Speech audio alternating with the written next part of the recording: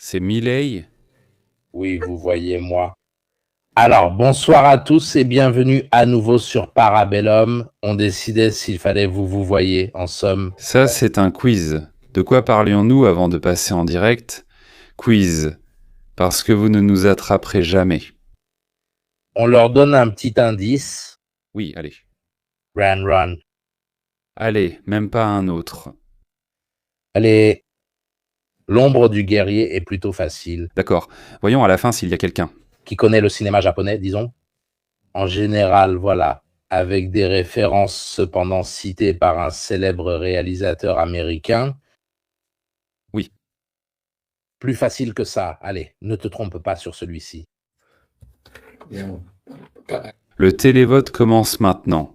Le télévote commence, oui, d'accord. Voilà, nous y sommes. Nous y sommes. Alors, premier sujet, le défilé. Le défilé dans lequel je me suis évidemment amusé à glisser des erreurs. Voyons aussi, voilà. Recueillez toutes les erreurs et indiquez les systèmes d'exploitation concernés, certains étant plus simples que d'autres. Comme celui-ci, le Guru Meditation. Voyons qui réussira à le trouver. Alors, selon toi, Paolo, pourquoi ont-ils choisi de faire ce défilé sans véhicule, avec les vidéos, etc. Parce qu'il y a différents moyens de communication à l'intérieur, non? Le choix des vidéos. Rappelons que ce défilé est habituellement organisé pour célébrer la victoire sur le nazifascisme en 1945. Donc, d'habitude, elle était surtout axée sur le déploiement de T-34 de véhicules historiques. Tu vois ce que je veux dire? Ils ont porté symboliquement le drapeau, comme le disait le commentateur du défilé, ce fameux drapeau qui flottait sur les ruines du Reichstag en 1945 à Berlin.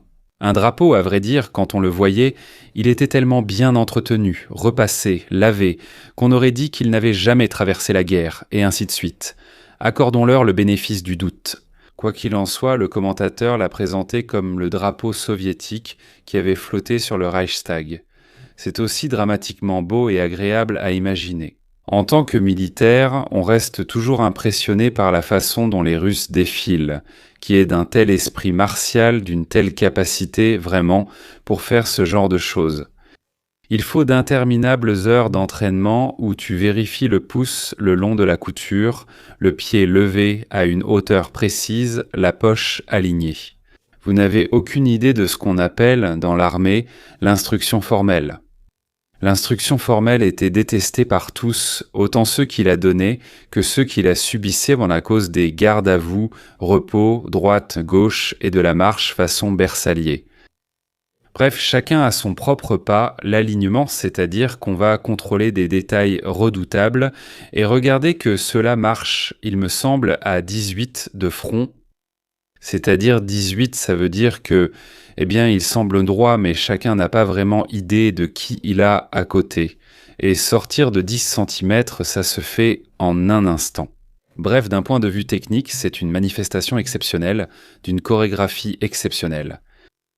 Quant au fait qu'il n'y avait pas de chars, de gros missiles, d'artillerie, tous, eux, ils tiennent tellement à peindre les roues en blanc et à les faire défiler lors de la parade, une explication a été donnée par Poutine lui-même. Poutine lui-même dit « Regardez, nous ne faisons défiler aucun matériel parce que tout ce que nous avons sert en ce moment à l'effort final dans l'opération spéciale en Ukraine. » Et chaque mot, en somme, nous avons appris des Russes que, contrairement aux Américains, à Trump, quand ils disent quelque chose, c'est extrêmement pesé. Quand ils utilisent cet adjectif, c'est parce qu'ils veulent l'utiliser. Donc pousser veut dire pousser. Mais pourquoi cette année? Parce que cette année, peut-être que le message est non. On veut en finir cette année. On veut en finir à tel point que toute ressource nécessaire, c'est une balle. Parce que les Russes l'ont. 4 chars à faire défiler, surtout ils n'utilisent pas les missiles balistiques contre l'Ukraine, qui sont toujours quelque chose de très impressionnant à pouvoir exhiber.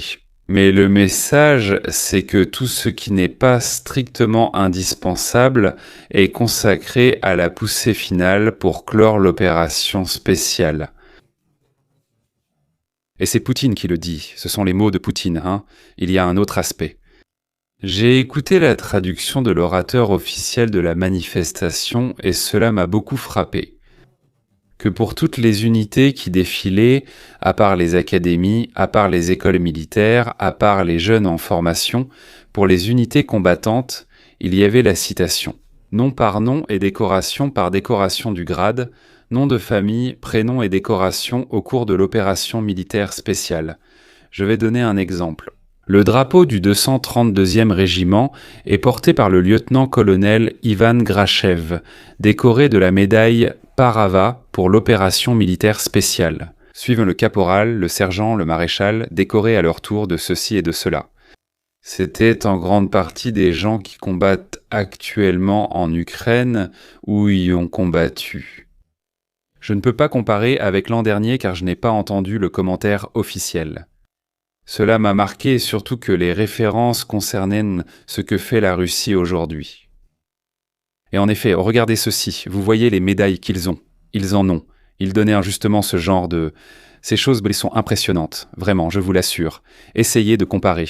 Si vous cherchez sur YouTube, vous trouverez le défilé de l'armée américaine sous la présidence de Trump. Et on dirait un rassemblement de bras cassés. Vraiment. Regardez ce que c'est. Comptez, il me semble qu'il y en a 18 ou même plus devant, ce qui est quelque chose de très compliqué. Voilà, moi aussi, j'ai été frappé exactement par les mêmes choses. Le choix de montrer des vidéos liées à cette guerre. Et tu sais, autrefois, on célébrait, enfin, soviétiques, russes, etc. Mais surtout le souvenir de la guerre de 45. Maintenant, en revanche, c'était très axé sur des vidéos, sur cette guerre. Presque pour masquer le fait que c'était un défilé commémoratif et que c'est en train de devenir un défilé qui célèbre la guerre actuelle. Il y a aussi la mention de tous les différents combattants avec leurs différentes unités dans cette guerre. De quelque chose qui est évidemment en cours. Dans ce sens-là, je doute de l'argument « on ne l'a pas fait avec les véhicules à cause des Ukrainiens », car ils étaient déjà là les années précédentes. Bien sûr, les capacités ukrainiennes ont considérablement augmenté. Tu ne mets pas Poutine et tu ne mets pas un char d'assaut. Si tu as peur qu'on t'envoie un drone, tu n'y fais pas aller Poutine et toute la direction de la Fédération de Russie. Si tu as peur, je ne vais pas détruire un char devant toi. Puisque j'en ai l'occasion, je te détruis directement. C'est plus rapide. Donc c'est normal. S'il est présent, je pense même qu'une grive ne serait pas passée au-dessus de la place. Si tu regardes, il n'y a même pas de pigeons. Étant à Rome, il n'y a même pas de mouettes. Rien ne vole. Peut-être qu'on accepte le vol de quelques mouches, 2 moustiques, une puce, mais tout le reste a été abattu. L'idée qu'ils n'ont pas défilé par peur d'une attaque qui aurait fait quoi? Casser 2 chars et détruit un canon? Qu'est-ce que ça aurait changé? Avec une cible de choix, le président de la Fédération de Russie, là-bas. Il est là chaque année, il était là l'an dernier. Oui, non, voilà. Il faut aussi répéter à haute voix ce que l'on pense. Non, mais tu as raison quand tu dis que ces occasions... Regardez les images qui défilent maintenant. C'est un officier qui tient les 2 drapeaux, vous voyez. Il y a un lien entre ce qu'était l'armée rouge et ce que fait l'armée russe. Ce sont des messages, et cela rejoint mon discours.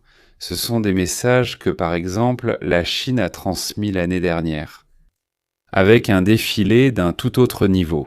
Là, le message était de dire, regardez, l'écart technologique que vous pensez qu'il y a entre nous et les États-Unis n'est pas aussi profond que vous l'imaginez. Parce que c'est ce que nous vous montrons. Et cela vous surprend déjà. Imaginez ce que nous ne vous montrons pas. Et c'était très clair. Chez les Chinois, ils ont aussi montré, contrairement à toutes les autres années, que tout était produit par eux. Il n'y avait plus d'éléments d'origine soviétique. Exactement. J'ai vu Xi Jinping vêtu de l'uniforme de l'époque de Mao. Vous vous souvenez? Il n'était pas en costume cravate, contrairement à Xi Jinping qui en porte même en pyjama. Lui, c'est-à-dire magnifique, là il était habillé avec... Pourquoi? Parce que Mao à Rome, c'est le changement de la Chine.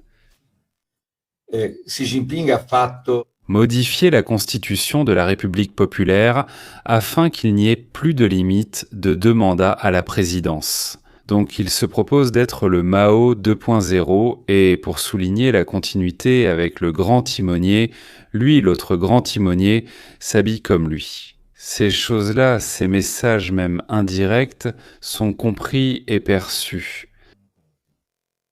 La même chose vaut pour la parade sur la place rouge en mai.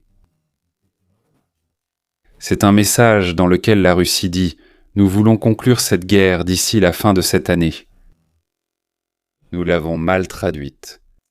Nous l'avons traduite en pensant « Nous voulons conclure, et donc maintenant cherchons un compromis et cherchons un armistice ». En écoutant tout le discours de Poutine, son idée est que nous voulons la conclure, parce que nous pouvons la gagner cette année. C'est l'idée de Poutine, ce n'est pas certain. Mais lui en est convaincu. Il en est convaincu. Cette grande ouverture, mon Dieu, ils n'ont pas de chars et ils demandent donc la paix. C'est une lecture un peu biaisée du message qu'ils envoient. Non. À mon avis, et ce que dit Poutine me conforte, c'est qu'il n'y a pas de moyens, parce que tout est mobilisé pour l'effort final. L'effort final vise la victoire qu'ils imaginent selon leurs conditions. Pas les nôtres. Mais c'était l'année dernière, alors qu'ils dépensaient sûrement plus de ressources qu'actuellement. C'est-à-dire, du point de vue offensif, 2004-2025, ils avaient quand même organisé un défilé en grande pompe. C'était une démonstration de force. Maintenant, c'est plutôt une affirmation d'austérité. La question est, est-ce un choix ou une difficulté objective ? Ou un mélange des deux? Écoute, même s'ils sont en difficulté, 40 chars et 10 canons, tu les trouves dans la Fédération de Russie. Ce sont aussi les anciens modèles, non? L'idée, c'est un peu de polish, une couche de peinture, et ça repart. Ce n'est pas qu'ils n'ont pas 40 camions, non, ça c'est une vue de l'esprit. Aussi parce que je le dis, en réserve, ils en ont environ A qu'ils n'ont jamais réutilisé sur le front. Mais on en a parlé tant de fois. Cette zone, pratiquement cette zone tampon, involontaire ou volontaire, qui s'est créée au fil des années sur 40 à 50 km, là si tu prends juste un vélo et que tu pédales au milieu, il y a un drone qui arrive et qui te descend. Et toute l'activité des blindés a été bloquée d'un côté comme de l'autre. Remarquez que même les Ukrainiens ne demandent plus des milliards de chars. Il y a des milliards de chars qu'il faudrait. Si tu leur en donnes, ils ne refuseraient pas, mais ce n'est plus l'obsession d'il y a 2 ou 3 ans. Nous avons besoin des Léopards, des Abrams, de ceux-ci. Pour la simple raison que la guerre a évolué sur tout le front. Sur un terrain qui est un no man's land, où il est mortel de s'y aventurer à pied, alors imaginez-vous avec un char d'assaut. Merci. Et c'est un fait que c'est quand même le seul défilé russe du 9 mai de l'histoire sans véhicule, et ça, sûrement, à mon avis, les Russes l'ont très mal pris. Oui. Les Russes. Il m'a mis ça quelque part. Je dirais qu'il le lui a expliqué, mais Poutine le lui a expliqué, mais pourquoi ? C'est un camouflet interne pour lui de faire un défilé dans le style des grandes parades du... Mais cela donne le signal que quelque chose de nouveau est en train de changer. Si tu fais toujours les mêmes choses, cela veut dire que rien n'a encore changé par rapport à l'année dernière. Il faut aussi dire que les citoyens de la Fédération de Russie commencent à en avoir un peu marre de cette guerre. Parce que, en somme, ils commencent donc quand même à ressentir les morts dans la famille, les privations. Donner un signe de rupture en disant « Regardez, nous sommes dans la dernière ligne droite, c'est pour ça qu'on n'a rien », tu leur dis « Ok, bon, si on est proche de la fin, ça va comme ça ». Si tu leur fais la même chose l'année dernière, alors rien n'a changé. Au contraire, même les symboles ont leur importance. C'est comme dire, on se serre tous un peu la ceinture. On se serre la ceinture, dans la dernière ligne droite, disons-le comme ça, les dents serrées, car nous sommes presque arrivés à la ligne d'arrivée. Et nous le comprenons et nous voulons le montrer. Nous vous montrons les héros qui ont permis d'en arriver là, en faisant défiler les vétérans de l'opération spéciale avec leurs décorations et en les citant. Là passe la colère de Dieu, des chrétiens. Citer les noms des personnes réunies en bataillon n'est pas très facile. C'est un choix. S'ils l'avaient en fait l'année dernière, où il y avait 4 fois plus de personnes qui défilaient qu'aujourd'hui, ils n'en auraient en jamais fini de donner les prénoms et les noms de famille. Mais cette fois, ils ont choisi de dire « Nous allons vous montrer qui a combattu et qui est en train de combattre dans l'opération spéciale. Ceux qui ne sont pas ici, c'est parce qu'ils sont occupés ou encore engagés là-bas. » C'est ça le message. Pour le dernier élan, que ce soit vrai ou non, c'est une autre histoire. Lu sous cet angle, dans ce contexte. Ils n'en peuvent plus, il ne leur reste que 4 chars.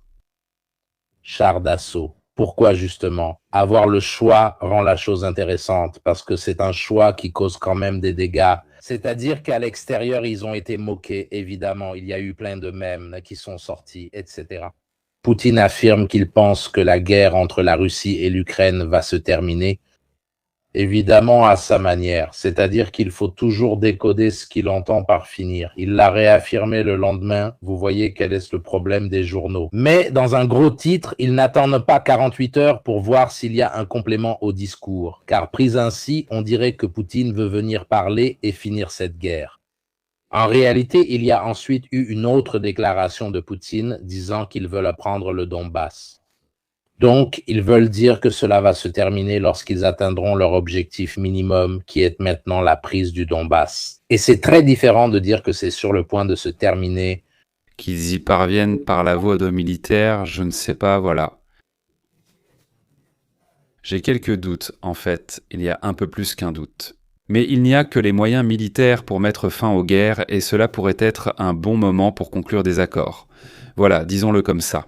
Je te donne quelque chose qui m'appartient, tu me donnes quelque chose qui t'appartient. Actuellement, le président des États-Unis est à Pékin. Il a emmené tout ça avec lui. La moitié du destin de Wall Street pour faire des affaires, mais ça, c'est la roue de secours.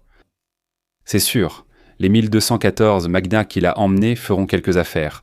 Et si les choses me tournent mal politiquement, il pourra toujours dire « Oui, bon, les gars, nous n'avons rien conclu, mais nous avons apporté des contrats. » Pour des milliers de milliards de dollars, donc ce n'était pas vraiment un voyage inutile. Mais si tu emmènes 14 délégués de ce niveau, ça veut dire que tu as une peur folle. Que la seule chose que tu pourras obtenir, c'est la vente de quelques avions ou quelques affaires. Le problème est ce que tu apportes politiquement, car je pense que Trump, au-delà des déclarations vues au journal télévisé, n'a pas été bien mesuré. Nous n'avons besoin de rien, nous avons aplati l'Iran pour les gamins.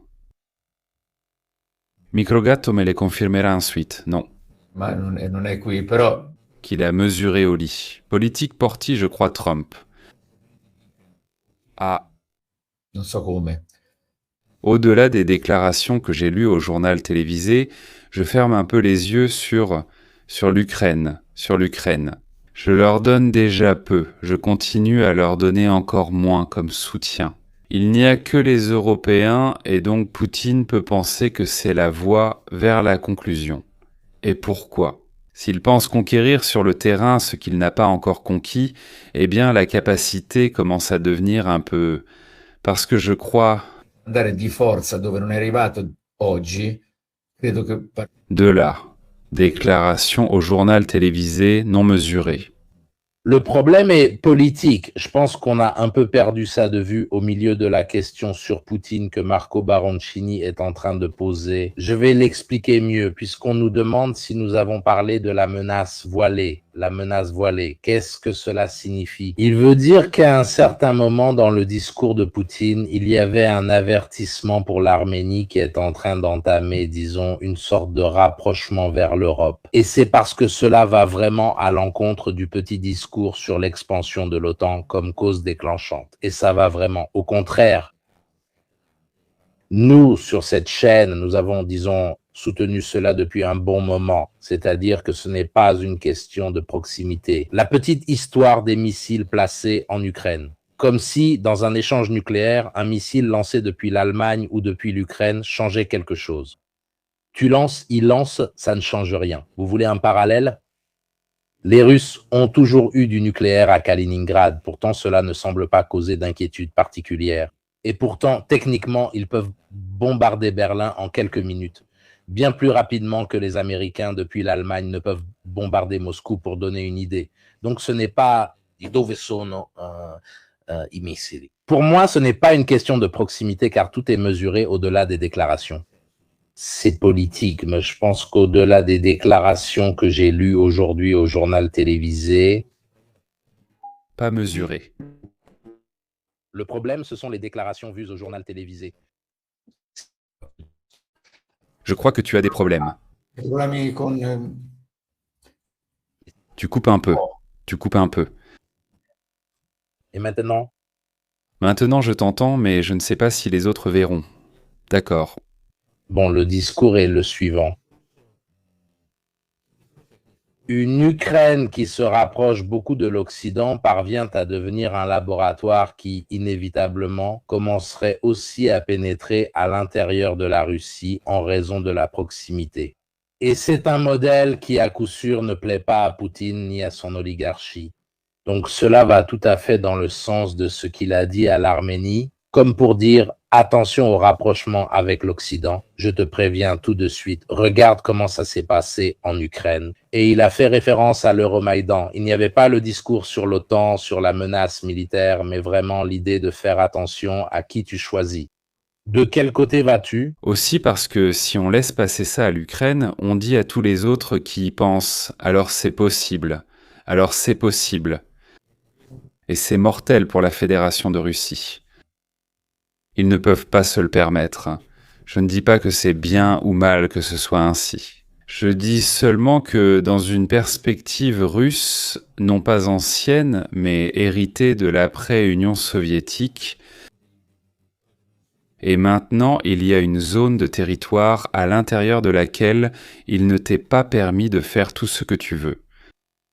Et la décision même d'aller dans le camp ennemi, qui ensuite n'est pas une question idéologique, c'est vraiment une question d'attaque indirecte. Mirko l'a bien dit, c'est comme Berlin-Ouest. Berlin, c'est-à-dire la partie occidentale de Berlin, était beaucoup plus brillante, beaucoup plus pleine de tout. J'ai entendu parler de gens qui escaladaient pour aller à Berlin-Ouest. Non. Mais en Allemagne, Berlin-Ouest, c'était New York. Mais pourquoi ? Parce que chaque Allemand, il suffisait qu'il regarde par la fenêtre pour voir ce qu'était le monde occidental. C'était une affiche publicitaire vivante pendant des décennies. C'était un modèle tridimensionnel de guerre psychologique, de la marchandise. Même la propagande ne fonctionnait pas, parce qu'il suffisait d'ouvrir la fenêtre et de regarder de l'autre côté, et on regardait les Voitures qui passaient. Les voitures tournaient, on regardait en bas de chez soi. Il voyait la Trabant achetée à crédit après une longue attente, et de l'autre côté, les BMW, les Mercedes. Il se demandait « Quand pourrais-je voir ça un jour ?» À une autre échelle, l'Ukraine ferait le même travail. Et nous serions les premiers à y mettre des gratte-ciel, tout ça, tout et même plus. Compris ? Ça devient une forme de soft power, parce que c'est littéralement que l'herbe est plus verte chez le voisin, c'est-à-dire le Russe qui franchirait la barrière s'il n'y avait pas la guerre. Disons que ça ne s'est pas produit, et que l'Ukraine se rapprochait de plus en plus, donc il y avait des investissements, etc. Le Russe qui franchissait la barrière entrait en Ukraine. En 20 ans, il aurait vu un pays bien meilleur du point de vue du bien-être, du système social par rapport à la Russie. Là, il commencerait à s'énerver. Et il y a de quoi? Il faut tenir compte que, à part Saint-Pétersbourg, à part Moscou et très peu d'autres grandes villes, qui pourraient tout de même soutenir la comparaison avec une capitale occidentale ou une ville occidentale, même à un niveau inférieur, le reste... J'habite à Népy, province de Viterbe, le Népy, les habitants de Népy, le Népy de Rousseau. Je ne sais pas, mais ça doit être une blague. Il n'est vraiment pas en bon état, mais vraiment très très mauvais. Si maintenant, si la partie agricole, si la partie des petites villes, si la partie rurale de l'Ukraine avait jamais représenté un modèle de vie à la campagne, je vais bien, j'ai même le satellite, regarde la voiture, et l'été, quand je ne sais pas quoi faire, je pars en vacances sur la mer Noire. Et toi, tu as les toilettes dehors, si tu as de la chance, tu fais 2 calculs et tu regardes celui qui gère tout. Tu te dis, eh bien, pourquoi ? J'ai encore ces toilettes, lui est là-bas et c'est toujours toi qui commandes. Ces choses-là, à la fin, ça finit par se savoir. Il y a une partie Russie. blanche, je ne parle pas de la Russie, celle du gouffre, de la Sibérie, un autre monde. Mais il y a une partie de la Russie rurale, disons, dans la partie européenne, qui pourrait le faire. Et ils ont essayé, non? Le discours de Maïdan venait beaucoup de là. Acceptons la proposition commerciale russe de nous lier à eux, mais il y avait un piège. Parce que la Russie savait très bien que l'Ukraine ne pourrait pas payer ce gaz, et donc inévitablement elle se serait endettée, et avec l'endettement venait une emprise politique accrue de la part de la Russie, ce qu'elle fait actuellement en Moldavie. Technique de coercition. Mais le peuple, lui, a choisi de se tourner davantage vers l'Occident. Certainement un modèle comme celui de l'Occident. Il aurait fallu beaucoup de temps pour l'apporter en Ukraine, c'est-à-dire quelque chose comme 20 ou 30 ans.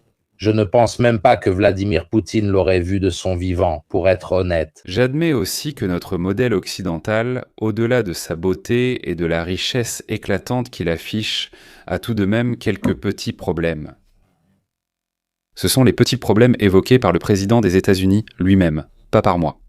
Quand il se plaint, il dit « Les gars, ici on n'a pas d'usine, on n'a rien, on n'a que des chômeurs, il faut remettre en place un endroit où l'on travaille. » C'est vrai que nous avons l'intelligence artificielle, c'est vrai que nous avons la technologie, c'est vrai que nous avons l'armée, la plus forte du monde, mais il nous manque les gens qui, le matin, vont travailler normalement, qui mènent leur vie.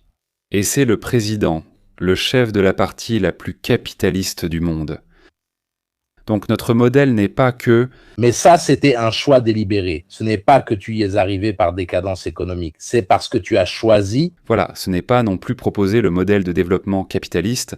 Ce n'est pas que je sois communiste. Je ne suis même pas encarté. Ou de cela. Notre modèle, privé de règles, est privé, comme le dit quelqu'un, de la peur du concurrent.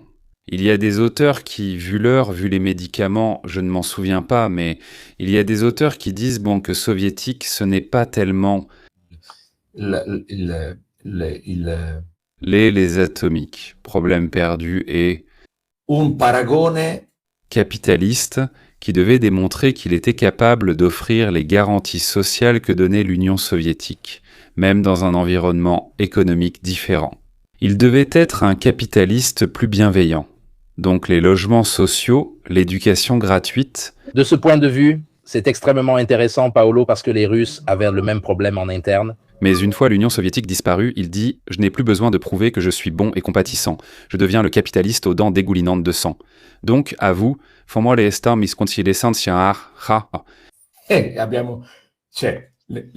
Nous avons l'idée d'un capitalisme sans la peur du concurrent, appelons-le ainsi. À rôles inversés, le modèle capitaliste peut sembler brillant, certainement, vu en Ukraine, même éclatant. Le vivre dans sa chair pendant 20, 30 ou 40 ans laisserait beaucoup de gens déçus par rapport à leurs attentes initiales. Mais en partie, c'est une base extrêmement dysfonctionnelle. Poutine ne veut même pas prendre le risque de dire « Bon, vous voyez, peut-être qu'il y avait aussi du bon là-dedans ». Non, il ne veut pas courir ce risque. Et je comprends de son point de vue. Non, c'est que si tu n'as pas de concurrent, tu n'es pas poussé. C'est un peu la raison pour laquelle le modèle a toujours échoué. Tu es poussé, mais ce n'est même pas la réticence à changer. Il n'y avait pas de motivation interne à vouloir mieux faire. De toute façon, le salaire restait inchangé. Regarde. Regardez, nous étions en première ligne dans la guerre froide contre le pacte de Varsovie qui était de l'autre côté.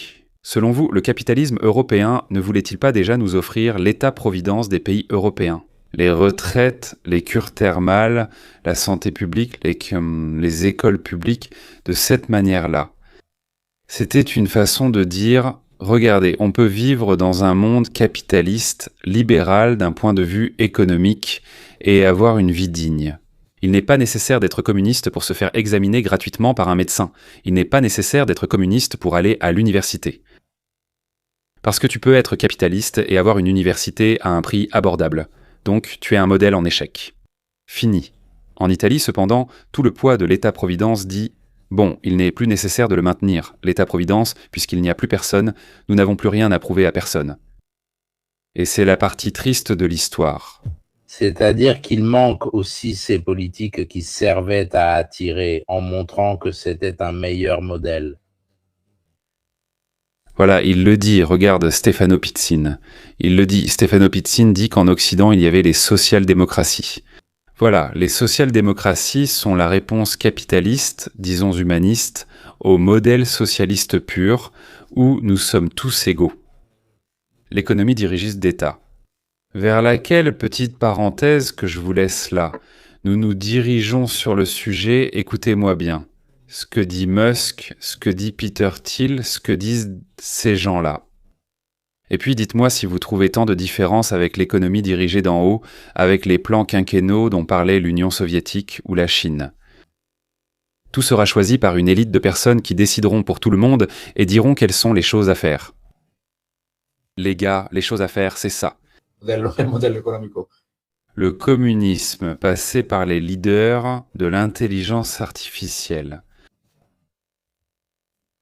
C'est intéressant, non? Une période où c'est Le partenaire est arrivé. turbo-capitalisme, c'est-à-dire tout faire pour le profit, même si je délocalise les usines à l'autre bout du monde. Et nous l'avons vu au cours des 30 dernières années, le déplacement systématique des usines à l'étranger et leur démantèlement uniquement pour le profit. Voilà, ce modèle était aussi poussé par le modèle opposé, parce qu'il devait montrer qu'il était meilleur. Ouvrez les cages, pour faire solo capitalisme pur, c'est-à-dire où chacun fait son analyse de marché de son côté et ne pense qu'au profit.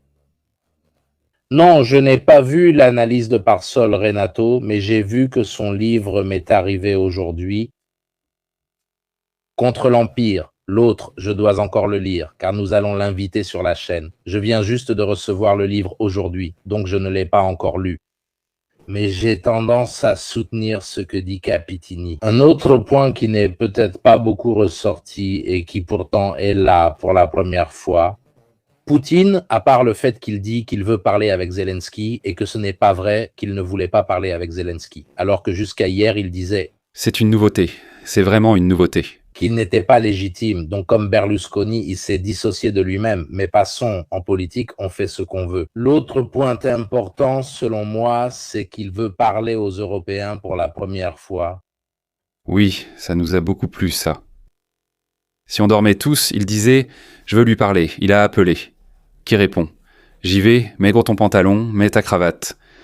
Comment ça ? À quoi est dû ce changement où soudainement l'interlocuteur avec qui très timidement Poutine essaie d'ouvrir quelque chose n'est plus l'Amérique mais l'Europe? Eh, Je crois que c'est toujours à la russe, toujours à la russe. Mais c'est la reconnaissance d'un équilibre. Il dit, bon, puisque les Américains les ont laissés tomber, les Américains ont revu leur discours, ils ont beaucoup réduit l'apport et l'aide à l'Ukraine. La majeure partie du matériel, des armements et ainsi de suite se fait par un jeu d'écriture. Nous achetons les armes des Américains et ensuite nous les donnons aux Ukrainiens. Il reste que les États-Unis fournissent encore un important soutien en matière de renseignement, ils fournissent un soutien en communication satellitaire. Ce n'est pas qu'ils ne font rien, mais du point de vue économique, c'est-à-dire l'argent, c'est nous les Européens qui mettons l'argent, nous les Européens, achetons les armes aux Américains et nous les donnons aux Ukrainiens, donc nous devenons un acteur qui fait partie de la guerre. Parce que c'est cela qui alimente concrètement au quotidien. Puisque les Américains ne sont plus les principaux sponsors, avec l'accord, je pense, des Américains, Poutine nous dit à nous, Européens, eh bien, puisque c'est vous qui maintenez ce conflit en vie, parlons avec vous. Il y a une question pertinente. Les fameux 90 milliards, la disparition d'Orban et Fico, qui par hasard est allé en Russie, il n'a pas participé, si je ne me trompe pas, au défilé, mais juste après, il a eu un entretien. Puis ses chevaux de Troie pour bloquer le mécanisme, non? Merci. À l'intérieur, il y a l'Europe qui se présente. Alors, l'Europe. Nous avons dit quelque chose d'intelligent. Il nous a fallu 2 jours pour le dire, mais à la fin j'ai dit, eh bien, non. Si nous devons vraiment parler avec vous, c'est nous qui choisissons le représentant. Il faut considérer une chose. En 5 ans de guerre, l'Union européenne n'a jamais désigné un autre représentant chargé de ce travail, de se présenter comme celui qui dialogue au nom de l'Union européenne. N'envoyons pas la calasse, s'il vous plaît. Mais pourquoi pas, écoute, envoyons la Calas, puis tu la retrouves en Sibérie, on l'a perdue, enfin, il y a la Calas. Envoyons la calasse, parce que là-bas, c'est vraiment la guerre nucléaire qui éclate, parce qu'elle n'a vraiment aucun tact dans ces situations. Merci. Non, ce n'est pas qu'elle n'a pas Solo non capisce un... de tact. Non, c'est-à-dire, non, on s'envoie un micro-G. Microwatt, c'est un supplice. C'est un zélote. Passons plutôt à ce qui ne se passe pas sur le terrain. Il ne se passe pratiquement rien. Voici le dernier document assez développé sur la guerre d'usure en Ukraine. Si l'on regarde aussi les animations du front des 2 derniers mois et demi, 5 mois et demi, nous sommes au 13. Je n'avais pas vu un tel ralentissement du front depuis la fin 2022. C'est-à-dire par rapport à 2023, 24, 25, où il y avait beaucoup de changements. Pour vous donner une idée, voici l'animation du Donbass du 1er janvier 2026 à aujourd'hui, du front de Liman jusqu'à celui pratiquement d'Orihiv. Pour donner une idée, donc il y a Kostiantynivka, il y a Pokrovsk, etc. Voici le mouvement du front des 5 derniers mois, imperceptible, sauf pour le front justement qui avance vers Sloviansk, Kramatorsk. C'est le seul qui est en train de bouger. Vraiment très peu d'ailleurs, si on fait le bilan entre ce qu'ils ont perdu sur le front de Zaporizhia et ce qui a été perdu, ils sont légèrement en positif, mais ça ne représente rien. Donc c'est extrêmement lent. Et ce n'est pas moi qui le dis, allez voir par vous-même, je vous ai mis toute une liste, d'ailleurs je vais vous la mettre dans le chat, de militaires russes, même des blogueurs militaires russes. Même les plus optimistes, disons, disent que dans le meilleur des cas, peut-être pour l'automne 2026, à mon avis, ils sont même optimistes, on pourrait être près de Kramatorsk-Sloviansk, ce qui comme résultat... Faisons semblant d'arriver à la fin 2026, 5 ans de guerre. Ce n'est pas vraiment quelque chose avec lequel rentrer à la maison et faire la fête. Donc il y a aussi cette difficulté objective de se confronter à la réalité du terrain qui est littéralement à l'arrêt. Ton micro est coupé, Paolo. Et puis il faut se rappeler que la conquête du Donbass représente l'aspect physique pour montrer que nous avons gagné cela, mais ce n'est pas l'objectif stratégique de la Russie. L'objectif stratégique de la Russie est toujours celui que nous avons rappelé précédemment, empêcher que l'Ukraine, d'une manière ou d'une autre, entre dans ce discours pour lequel la guerre a été déclarée. Merci. L'idée était un changement de régime, c'est-à-dire de pouvoir, plutôt que de contrôler le réseau. Et c'est la partie difficile. Peut-être que la partie de la négociation consiste à traiter avec... je ne sais pas comment, à traiter avec l'Europe, avec l'aval des Américains, et je prends le Donbass ou une partie du Donbass, et cela rend heureux le paysan russe, dont le fils est mort pour prendre un morceau de terre. Mais ce n'est pas pour cela que moi, Poutine, je suis entré en guerre. Je suis entré en guerre pour que cette partie du monde n'appartienne ni à vous ni à personne, mais qu'elle m'appartienne à moi. Sur ce sujet-là, ça commence à devenir difficile de négocier. Poutine sait bien que négocier avec l'Union européenne, qui n'est pas une seule entité, mais un accord entre États, ce n'est pas comme négocier avec les États-Unis. Ce n'est pas comme parler avec Biden ou avec Trump. Je parle à quelqu'un qui, s'il me dit « bon d'accord, j'y vais ». Il sait qu'il doit parler avec un interlocuteur très faible, que ce soit Schröder ou Merkel, mais ce ne sera ni l'un ni l'autre. Schröder, ça ne l'arrange pas. Ce n'est pas un hasard si c'est une petite nuit. Il a dit « Schröder est ici ». Parce que jusqu'en 2022, Schröder travaillait pour Rosneft. Mais il l'a fait pour gagner du temps, dit-il Schröder. Je l'ai tout près d'ici, il est déjà là, je dois te le rappeler, et je parle avec lui. Il l'a fait par commodité, pour économiser les frais de voyage. Voilà, disons, peu importe qui était choisi comme représentant pour négocier au nom de qui. C'est-à-dire au nom de qui. Vous comprenez les intérêts contradictoires qu'à ce moment-là chaque État apporterait face à la Fédération de Russie. La Hongrie vit du gaz russe, la République tchèque, plus ou moins pareil, l'Allemagne. S'il disait « écoute, on te rouvre les tuyaux de gaz », c'est-à-dire on te nomme Kaiser, les Français non, nous on ne sait pas. C'est-à-dire que c'est tellement devenu la Fédération des négociations européennes par rapport à la Fédération de Russie. qu'au fond ça pourrait même convenir aux Russes dans le projet de mettre en place un gouvernement non pro-russe, mais au moins pas européen. C'est un État qui commerce avec les deux. Disons comme ça, il reste tranquille. Un peu d'un côté, un peu de l'autre, et puis on verra comment ça se passe. Parce que c'est ça l'objectif final, ce n'est pas le Donbass. S'ouvrir à l'Europe, ça veut dire s'ouvrir à quelqu'un qui est intrinsèquement faible parce qu'il n'a pas de représentation politique. Très simplement, Disons que ce n'est pas un homme qui serait accepté par l'Europe pour représenter ses couleurs. n'importe qui, enfin n'importe quelle personne qu'on nous envoie. Il ne peut pas physiquement parler au nom de tous les pays de l'Union européenne parce qu'il n'y a pas de vision commune. Dire qu'on donne armes et argent pendant qu'ils font la guerre, c'est simple.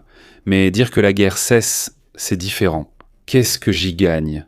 À ce moment-là, chaque pays se pose la question. Mais qu'est-ce que j'y gagne à dire oui, à faire comme ça ? Moi, la Grèce, qu'est-ce que j'y gagne ? Moi, le Portugal, qu'est-ce que j'y gagne ? Moi, la Belgique, qu'est-ce que j'y gagne ? Moi, la République fédérale d'Allemagne, qu'est-ce que j'y gagne ?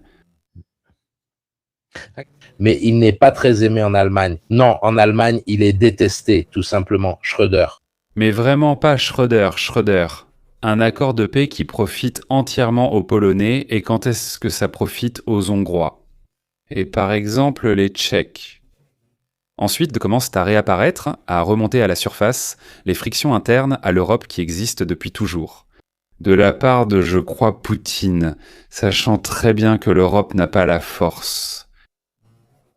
Parce qu'elle n'a pas été conçue pour gérer une chose, pour gérer des affaires de ce genre.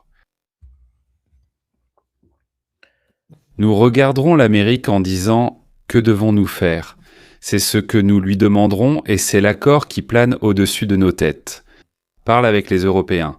Quand ils seront perdus, ils appelleront nous, les Américains, à Washington pour demander quoi faire. Nous leur dirons et ils suivront nos instructions.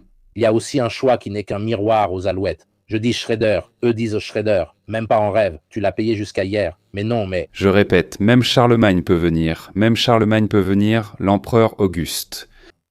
Des personnages d'une certaine importance, Boniface VIII, maintenant ils ne savent pas, il y a ces personnages. Le roi Soleil. Voilà, on délègue à l'Europe le roi Soleil. Qu'il y ait aussi une belle présence des grands bucoliques, ça va aussi. Il n'y a personne qui ne représente pas cela, il n'y a rien derrière, il n'y a rien qui puisse être représenté par une seule personne. Quand nous devons parler de quelqu'un, nous envoyons notre président du Conseil, Macron, tandis que le chancelier allemand s'exprime pour l'Allemagne. C'est la dimension du bavardage, c'est la dimension... Je vais te montrer un peu ce que pensent les militaires. Blogueur, ça vient de Ribard, merci.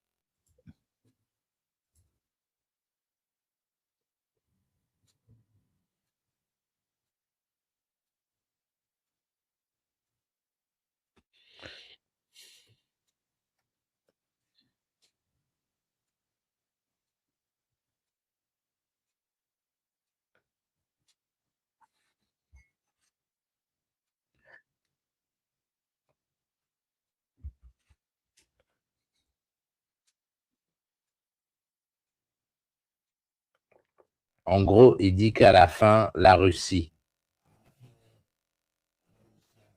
Même si la Russie, l'armée russe, arrivait hypothétiquement à gagner quelques positions le long de la frontière nationale, cela ne changerait quand même rien dans les zones à l'arrière.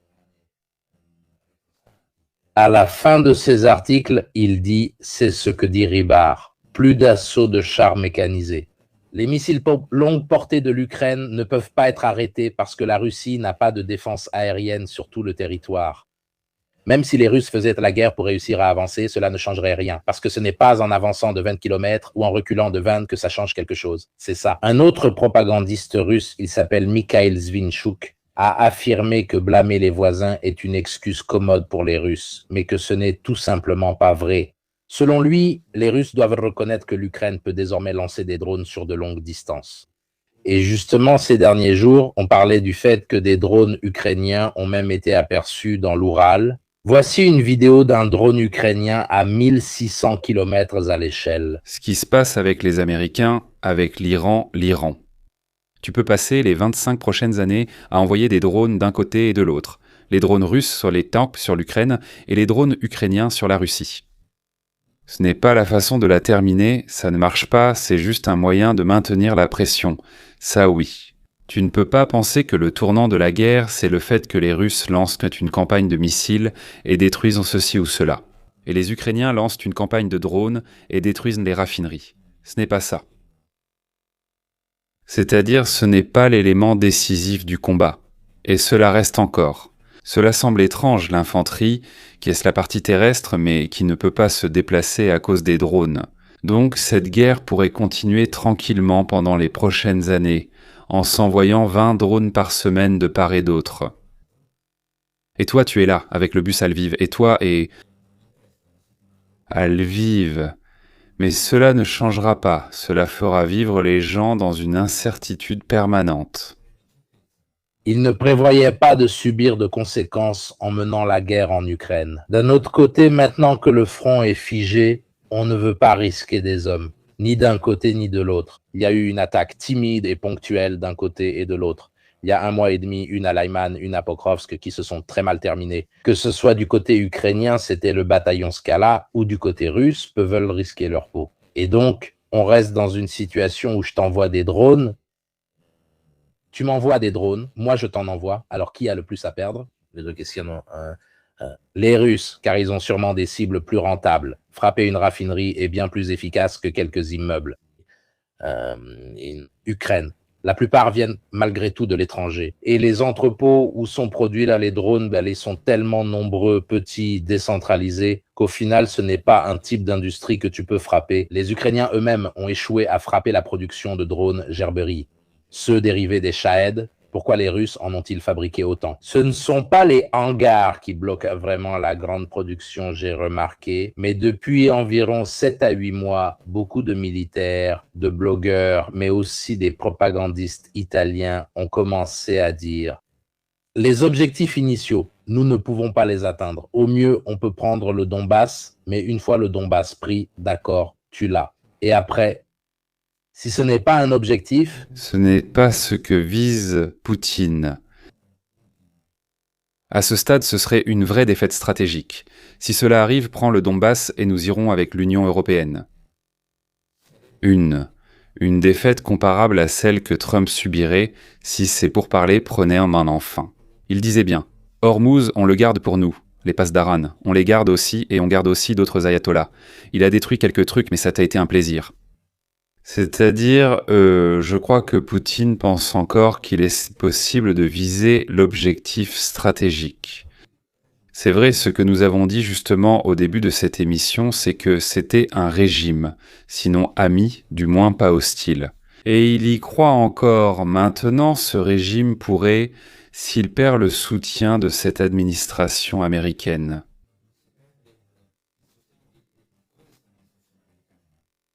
Ensuite, il y a aussi l'idée que Poutine n'a pas la certitude d'avoir convaincu l'administration Trump de ne pas soutenir le gouvernement ukrainien. Mais qu'en sais-tu? Quoi? La prochaine administration, en revanche, voit les choses complètement différemment et recommence avec une aide massive à l'Ukraine, sur une ligne anti-russe. L'administration Trump est tellement déséquilibrée. Ce n'est pas seulement lui qui est déséquilibré de nature, mais aussi les mouvements politiques de l'administration Trump sont comme ça. Oui, déséquilibré qui ne donne pas de garantie aux Russes, qu'un accord prévoyant une Ukraine qui ne serait plus trop soutenue par les États-Unis pourrait ensuite être poursuivi. Avec la prochaine administration, ou les suivantes, il serait à nouveau dans la même situation qu'avant en Ukraine. Il veut le voir, ils n'ont pas de garantie et misent sur le maillon faible. Peut-être que l'Europe n'aura pas la force et l'analyse n'est pas fausse, parce qu'elle n'a pas la capacité de donner un soutien uni pendant longtemps à une opposition nette avec la Russie. Nous avons proposé de donner 90 milliards et des armes, car la guerre continue. Mais face à une perspective de paix, je crois qu'il s'ouvrirait une série de distinctions et d'exceptions qui affaibliraient beaucoup la capacité de négociation de la Russie. Et je crois qu'il mise aussi là-dessus. Voilà pourquoi, lors du défilé, il dit qu'il voit une solution proche. Il ne la voit certainement pas avec les chars d'assaut, ni même avec les drones, il la voit dans ce domaine-là. Je vois qu'il n'arrive plus à rien faire. Parce que si les unités Rubicon russes avaient réussi à faire quelque chose de nouveau, qui est pratiquement l'interdiction, pas le soutien direct tactique avec les drones, maintenant, les Ukrainiens aussi utilisent des systèmes autonomes qui reconnaissent les silhouettes et agissent de leur propre chef. Maintenant, ils commencent à agir le long de la route qui passe pratiquement par le corridor de Zaporizhia et arrive jusqu'à Kherson et la Crimée. De manière autonome. Ils font tellement d'interdictions. On ne parle pas du drone FPV qui va frapper juste pour harceler. C'est ça la voie.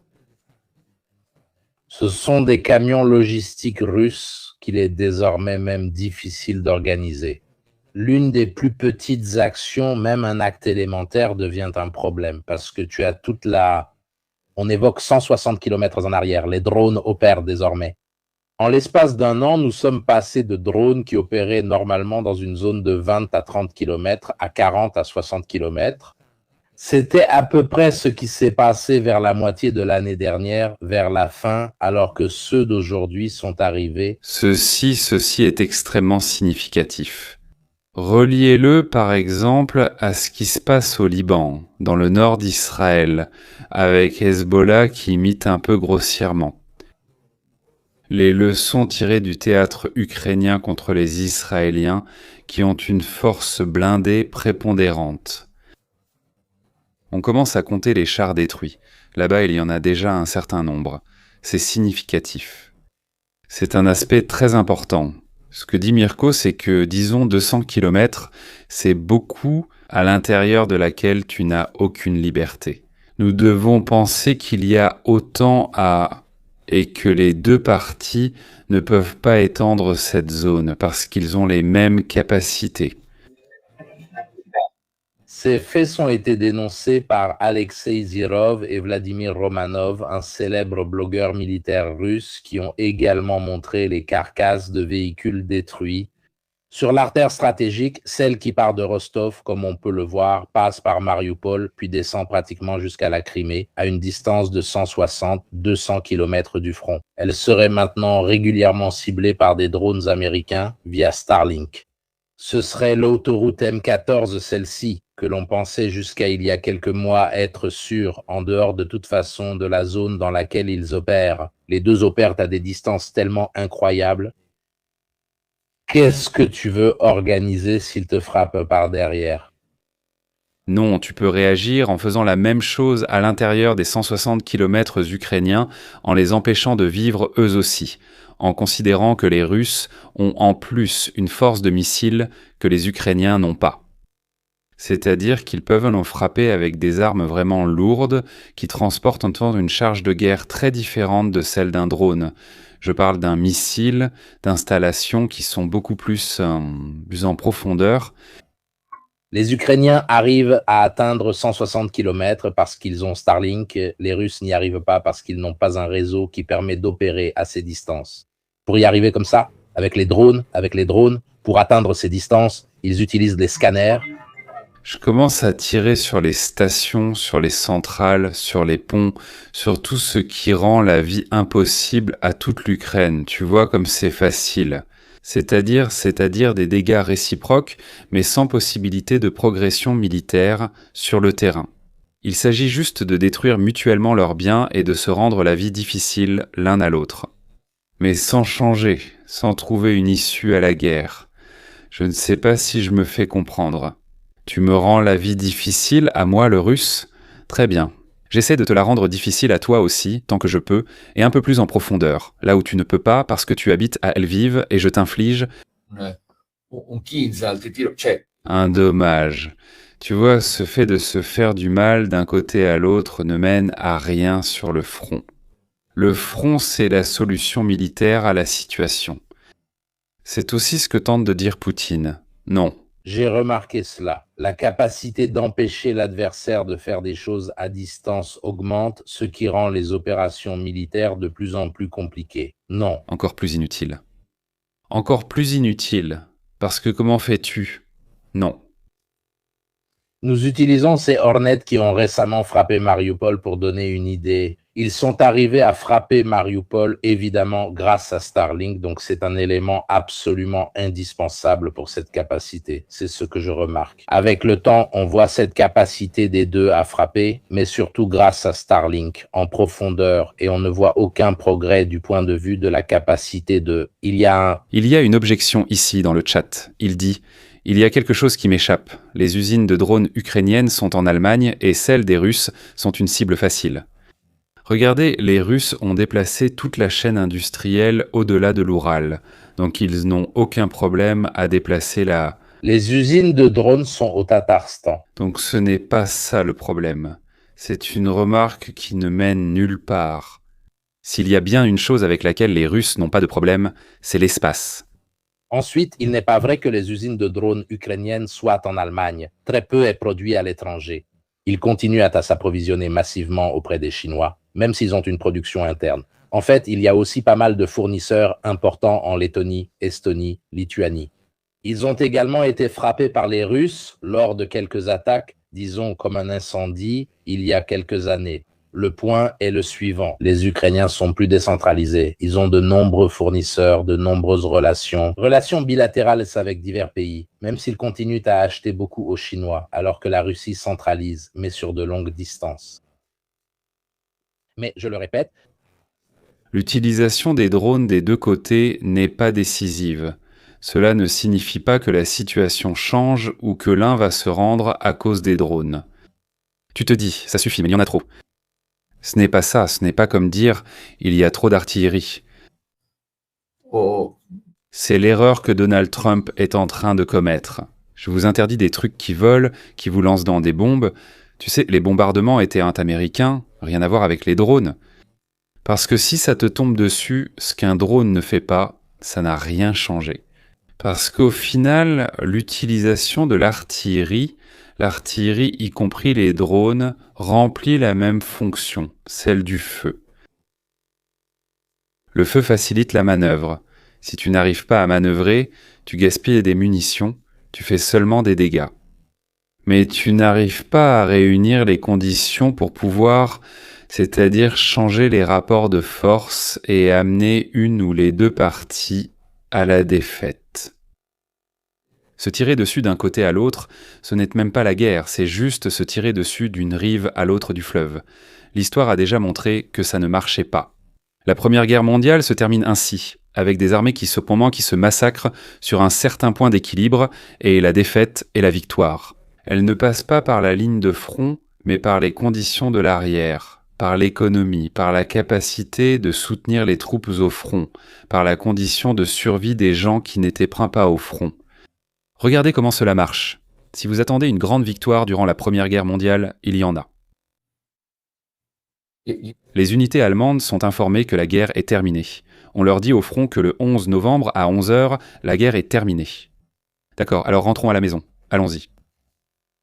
Certains disent qu'il y a aussi un problème, s'ils frappent les usines des uns ou des autres. Sachez que la plupart des unités ukrainiennes ont leur propre équipe de monteurs de drones, d'ingénieurs, etc., qui appliquent à la fois les modifications demandées par les unités sur le terrain et produisent littéralement les drones pour cette unité. Nous discutons au niveau du bataillon, parfois même de la compagnie, c'est-à-dire 2 ou 3 gars qui s'installent avec des colliers de serrage. Pourquoi? Parce que presque une unité a préférence, que ce soit pour l'approvisionnement ou le type de drone. Donc, c'est aussi une production très fragmentée, peu homogène évidemment en ce qui concerne les Ukrainiens, tandis que les Russes ont tendance à tout homogénéiser et à produire dans des usines, etc. Donc, il est aussi difficile de les frapper parce que parfois, les drones sont littéralement assemblés pièce par pièce, des servocommandes aux batteries et tout le reste, dans une petite maison à 30 km derrière le front, parce que cette unité veut les utiliser comme armes, monter dessus comme les antennes et ce genre de choses. Donc c'est presque devenu un travail logistique sur mesure, unité par unité. Il n'y a rien de standardisé. Regardez, ce sont des questions que se posent ceux qui étudient ces phénomènes. C'est ce que Mirko et moi faisons pour un prochain ouvrage qui doit sortir. Mirko en parlera ensuite. Il en parlera, regardez, ce sont... Nous écrivons un livre avec Parabellum. Et il y a évidemment la participation de Capitini, Mia, Policeni, Barzali, le président Madalen, etc., divisés en chapitres par domaine, même globaux. Donc il y a aussi Zara. Regardez ce que nous faisons, et puis cela s'est transformé en un paradigme valable pour les 20 prochaines années. C'est un autre sujet. Mais ce que nous voyons maintenant, nous l'avons vu d'abord au début de cette guerre. Les armées professionnelles ne fonctionnent plus. Elles sont trop peu nombreuses. Face à une période où la guerre pouvait encore un peu manœuvrer, une petite armée professionnelle se fait manger toute crue. Il faut d'abord créer des armées professionnelles avant l'administration. La crise des forces blindées, dit-il, nous avons les forces blindées, les deux en avaient, proportionnellement les deux en avaient. Non. L'Ukraine possédait proportionnellement plus de forces blindées que tout autre pays européen. Bloqué par quoi? Par les drones. Maintenant, les drones interdisent une zone si large du champ de bataille qu'ils le rendent pratiquement non plus un champ de bataille. Vous voyez, si quelqu'un devait organiser une armée aujourd'hui, si c'était mon outil, il serait fait ainsi, il doit commencer à prendre en compte des facteurs très Starlink. Starlink est une entreprise privée, c'est la première fois qu'un acteur privé fournit à un État en guerre les outils pour mener cette guerre. Comme c'est un acteur privé, il pourrait aussi dire « Tu sais quoi ? Moi je vends la même chose à l'autre qui m'offre plus par exemple. Ce n'est pas exclu, ça pourrait aussi arriver. C'est la première fois. » L'intervention d'acteurs privés à ce niveau dans la guerre. Vous voyez combien il y a d'éléments nouveaux dans ce parcours. La question est, cela ne concerne-t-il que les Russes et les Ukrainiens, ou s'appliquera-t-il à tous les futurs conflits dans les 20 ou 30 prochaines années ? Parce qu'en fonction de la réponse que tu donnes, tu commences maintenant à te dire « Tu sais quoi ? Moi, au lieu de F-35, je préfère investir l'équivalent en millions de dollars dans des drones, sans doute bien plus sophistiqués que ceux d'aujourd'hui. Je ne me fais pas de porte-avions, je me fais un porte-drone, pour dire. Je ne fais pas le service militaire obligatoire. Pour combien de mois ? Que se passe-t-il ?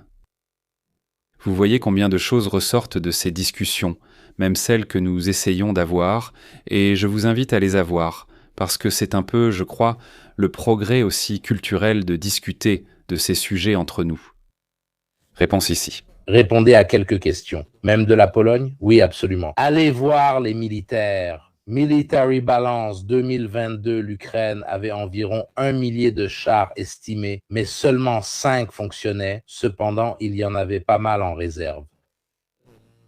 Alex Dark nous demande, c'est probablement une question bête, mais je la pose quand même. Qu'est-ce qui empêche les Russes de mener une campagne aérienne massive et continue sur toutes les infrastructures des villes ukrainiennes avec des bombardements? Se remettre de toutes nos défaites à Lanzara, voit combien de pertes les Russes ont eues. Ceux qui se sont aventurés hors du rayon de protection de leur propre défense anti-aérienne, parce que de toute façon les Russes coopèrent toujours, les forces aériennes, avec la bulle de protection de leurs systèmes anti-aériens, et ça n'a pas marché.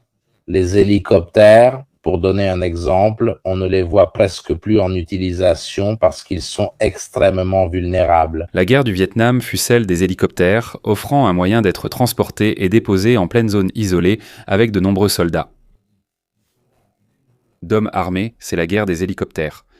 C'est la période où il te semble que l'hélicoptère est un moyen coûteux, difficile à produire, difficile à former les gens, très délicat, il a besoin de beaucoup d'entretien.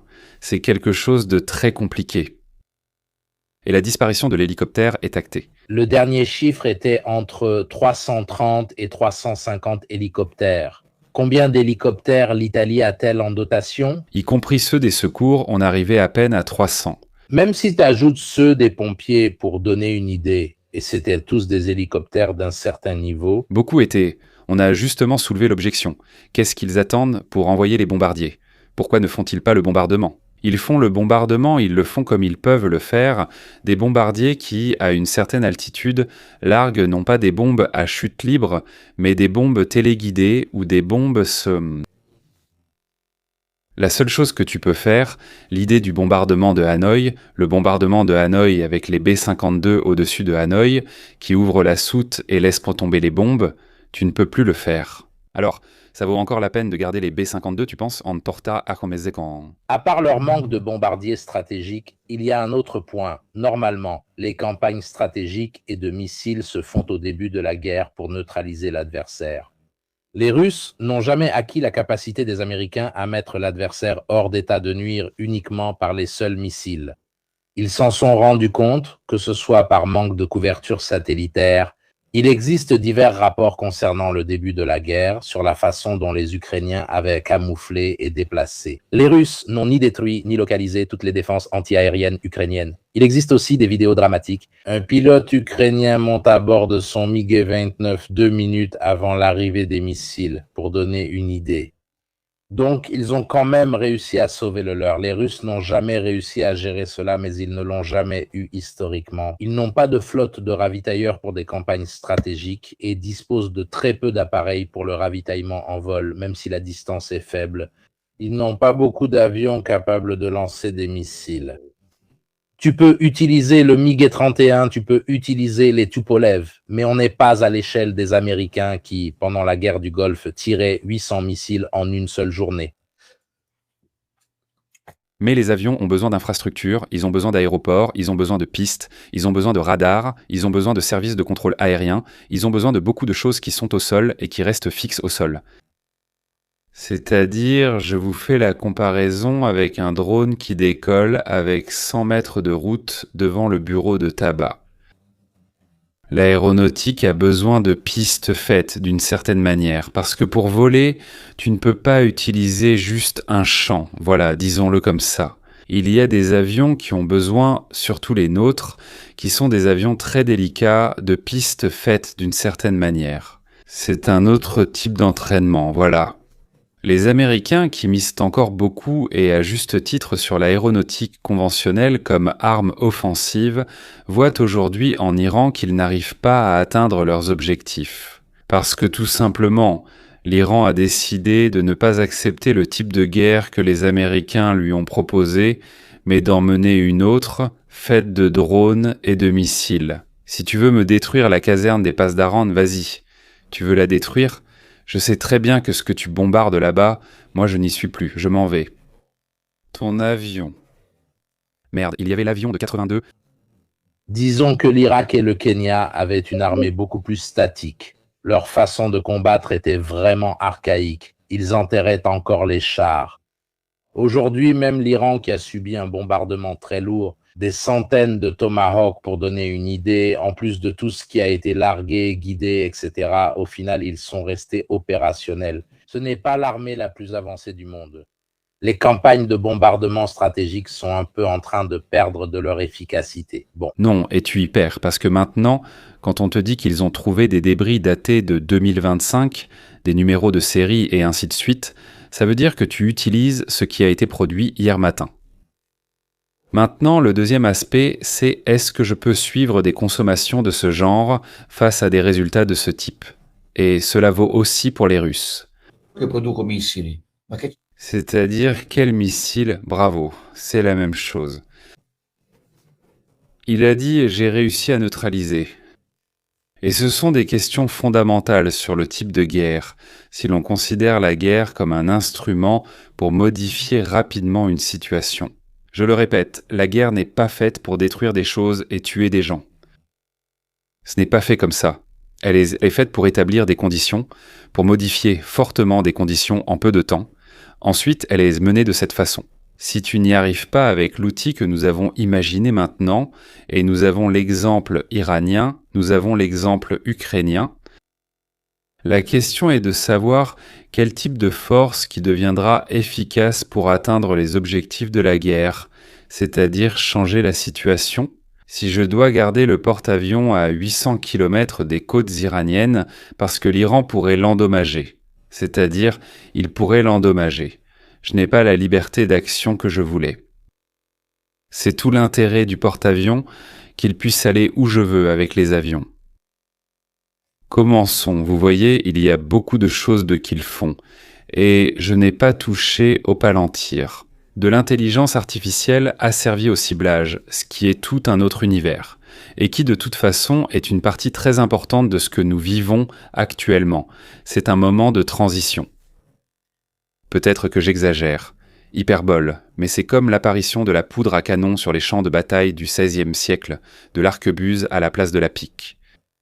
Certaines armes commencent à devenir, et certaines formations, certaines manières de combattre commencent à ne plus être. Peu importe le coût, construire des châteaux ne compte plus. Peu importe combien cela coûte. Donc il serait temps de commencer à réfléchir à ce que doivent être cette armée et ces forces armées pour avoir l'espoir de mener une guerre de manière adeguato. Et sur le champ de bataille d'aujourd'hui. C'est une partie intéressante. Avant de passer à la deuxième partie, un rapide aperçu de ce qui se passe sur le terrain. Pour regarder la première américaine, je me connectais pratiquement avec un VPN et donc je pouvais voir la première sans apparaître comme un Italien. La base, elle sortait vers 2 heures du matin pour nous, alors que chez nous, elle arrivait 3 jours après, 1 semaine après, des choses comme ça. Donc, comme vous le voyez, il y a beaucoup d'utilisation. Passons à l'essentiel. Et que vous soutenez ce que nous faisons sur cette chaîne. Vous trouverez le code dans le chat, dans la description et dans le commentaire. Petit résumé rapide de ce qui se passe, parce qu'en fait, il ne se passe pas grand-chose. Comme on le disait, tout est assez figé, ce qui est assez préoccupant. Parfois, on lit des choses comme 20 000 Russes pour la prochaine offensive. 20 000. 20 000, c'est une blague. Tu ne fais rien avec ça. Il n'y a pas de grand mouvement. Dans la région de Soumy, les combats continuent. Dans cette zone frontalière, les Russes essaient probablement de faire de Soumy une ville de front pour créer du stress. Mais je doute qu'ils veuillent se lancer dans la prise d'une grande ville comme Soumy ou comme Kharkiv, vu ce qui se passe avec Kostiantynivka. Ça fait 2 ans et demi que j'entends des gens dire, ils ont lu dans les discussions, qu'ils encerclent Kostiantynivka à raison de 20 mètres par jour. Et puis c'est 20 mètres un jour. Oui, le lendemain, ils les reperdent. Qu'est-ce que tu veux encercler? On n'a jamais vu d'encerclement dans cette guerre, ni d'un côté ni de l'autre. Tout simplement parce que la vitesse de déplacement est tellement basse qu'à moins d'être dans le coma, c'est difficile de se faire encercler. Donc tout se passe de manière systématique, lentement, très prévisible et donc inévitablement de façon très coûteuse, sans surprise pour personne. C'est-à-dire qu'on en arrive à créer des saillants, etc., simplement par friction. Même dans la région de Kharkiv, comme vous le voyez, Vovchansk, Kupiansk, les changements sont toujours plus ou moins, il n'y en a pas. On est en train de perdre. Si déjà la manœuvre dans cette guerre avait presque disparu et celles qui ont été réalisées l'ont été au prix d'énormes pertes humaines et de lourdes pertes en véhicules. Maintenant même, comme nous l'avons dit au début du direct, on arrive à mener des frappes d'interdiction jusqu'à 160 km en arrière. Mais qu'est-ce que vous voulez organiser au niveau des attaques? Les changements sur Liman sont pratiquement inexistants. Je n'ai jamais vu la guerre en Ukraine aussi figée que je l'ai vue cette année. Ceci, c'est la carte animée des changements autour de Liman au cours des 5 derniers mois.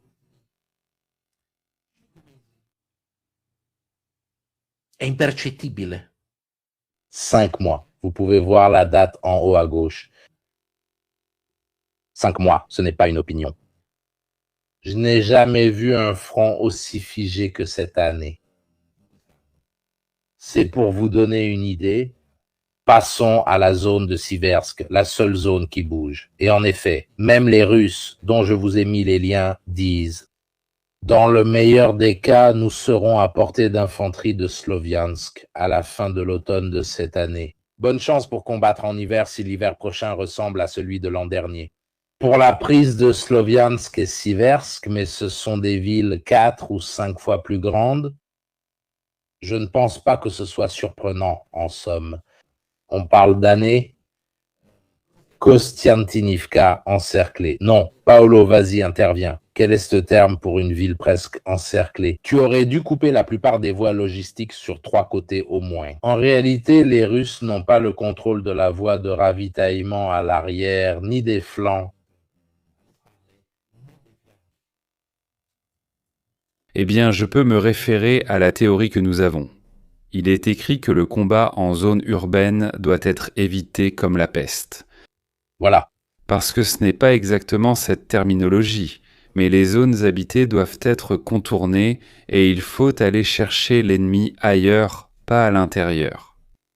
Parce que le combat dans les zones habitées, dit-il, fragmente les formations, rend la coordination difficile et est extrêmement coûteux sur le plan logistique. Il y a une consommation effrayante de munitions, une consommation de carburant. C'est quelque chose dans quoi tu ne dois pas aller te fourrer. Tu es presque encerclé, ou si tu ne l'es pas, tu risques de l'être. Un petit exemple. Stalingrad. Stalingrad était fortement encerclé, sauf du côté qui donnait sur le fleuve. C'est ce qu'ils avaient tant que le fleuve était liquide, un bateau. Quand il a gelé, une luge, et cela a permis à une ville de recevoir peu, mais de recevoir quand même quelque chose. Comme Leningrad. Leningrad était encerclé. La grille arrivait à passer par la grille. Stalingrad a eu la même chose ici. Et encerclé, ce n'est pas rien, parce que dans ce presque, quelque chose passe. Mais il faut prendre en compte les drones. Avec l'interdiction par drone et une seule voie logistique, maintenant, ils se concentrent à bourdonner, pratiquement. Aussi parce qu'ici, tu vois, il y a tous les systèmes d'étang, etc. Au final, cette zone est assez étroite si on regarde aussi le fleuve qui la divise en deux. À propos de Stalingrad, non, il y a deux moitiés, même si ce fleuve ne fait que quelques mètres de large. Ce n'est pas vraiment insurmontable, non? Ce n'est pas la Volga, pour donner une idée. Mais maintenant, avec le facteur drone, il faut aussi en tenir compte, car les drones jouent presque le rôle de parachutistes. Il y a un élément qui surgit, non? Dans ton dos, et ça peut te créer des problèmes. C'est-à-dire, néanmoins, ça fait 2 ans qu'ils sont devant Kostiantynivka. C'est-à-dire, ici, de temps en temps, il y a des géolocalisations de quelques fantassins un peu plus avancés. Mais ils vont mettre toute l'année pour ça, à ce rythme-là. Je ne pense pas qu'il y ait de grandes manœuvres ni de grands changements. Ce sont les manœuvres qu'ils tentent, qui ne coupent pas totalement la ville. C'est surtout pour essayer de protéger les flancs. D'ailleurs, remarquez aussi comment est fait le terrain. Il n'est pas facile de prendre Kostiantynivka par ce flanc, car on entre pratiquement dans une vallée, alors que Kostiantynivka est plus en hauteur. Merci. Donc il y a aussi ces éléments ici. On se bat pour Kostiantynivka depuis longtemps. Kostiantynivka, c'est fondamental pour s'approcher de Kramatorsk et Sloviansk, mais ce n'est pas cette bataille totale. Et honnêtement, je vois que plus le temps passe, plus ça ralentit quand même. Vous vous souvenez de Pokrovsk, non? Combien de temps leur a-t-il fallu pour prendre Pokrovsk? Ça devait arriver chaque jour, ils l'ont prise, ils ne l'ont pas prise. 90%, 80%. En réalité, je crois que plus que d'un point de vue militaire, parce que le type d'action menée est identique depuis 2 ans, il faut plutôt regarder le fait qu'aucun des deux ne veut vraiment risquer des vies humaines désormais. C'est-à-dire qu'on essaie, et là les Ukrainiens ont un avantage, les Ukrainiens doivent tenir le front. Les Russes, en revanche, ont des objectifs qu'ils doivent atteindre s'ils veulent en finir au minimum Kramatorsk et Sloviansk, au moins pour le récit à usage interne. Mais personne ne veut vraiment assumer le coût qui a déjà été consenti en 2024, 2025 pour obtenir certains résultats minimaux. Donc je pense que plus on délègue aux drones, moins on aura la capacité d'obtenir et de maintenir des positions. Et c'est ça le paradoxe. On augmente la capacité de perturber l'adversaire, mais on perd la capacité de regroupement, la capacité de surprise, la capacité de maintenir des positions. Ce que fait une armée moderne. Ce qui est un prérequis. La surprise, la masse, l'économie des forces sont les principes de l'art de la guerre qui étaient autrefois contrés par la reconnaissance, l'exploration, les photographies aériennes. Mais quand tu as la vision en temps réel, même du soldat qui va aux toilettes, tu ne peux pas penser à. Le seul choix que tu as, c'est de déployer une puissance telle que tu t'en fiches s'ils te voient. Parlons par hyperbole. Si les Russes avaient la capacité, nous avons 35 000 chars d'assaut, tu les as vus? Oui, et j'en suis content. Prêt, partez, top départ. Mais personne n'a cette capacité, cette force-là. Du moins dans ce type de conflit. Cette chose reste encore valable quand tu choisis un ennemi qui n'a pas le soutien d'une superpuissance derrière lui, donc qui n'a pas le réseau satellitaire, qui n'a pas ses capacités, alors tu peux encore opérer somme toute à l'ancienne. Donc disons que les guerres telles que nous les avons imaginées, c'est-à-dire avec la manœuvre, avec la surprise, avec les opérations éclairs, valent encore si tu te retrouves face à quelqu'un qui est extrêmement isolé et qui est seul. Déjà, je répète, revenons aux Iraniens, s'il y a déjà les Russes et les Chinois qui envoient nos 4 photos et te disent « Regarde, je vais te montrer ce que font les Américains », juste comme ça commence déjà à devenir beaucoup plus difficile. Ça marche aussi pour Israël au Liban, où personne ne leur vient en aide et où il n'existe même pas d'armée pour les défendre. Mais que se passe-t-il quand ton ennemi est plus faible en général, mais quand même très coriace ? Et surtout, il n'est pas seul. Quel type de guerre fais-tu ? Tu peux avoir 2 pour 1 contre les faibles, 1 pour une armée et 1 pour une guerre très dure. Peux-tu te le permettre ? Ce sont toutes des questions que je te pose de manière très grossière, mais ce sont les questions qu'on doit se poser quand il faut décider. Une politique industrielle pour la défense, un modèle de défense, une méthode de recrutement, toutes ces choses-là, qui sont les sujets de discussion actuellement dans toute l'Europe. Qu'est-ce qu'on doit faire ? Contre qui doit-on se tourner ?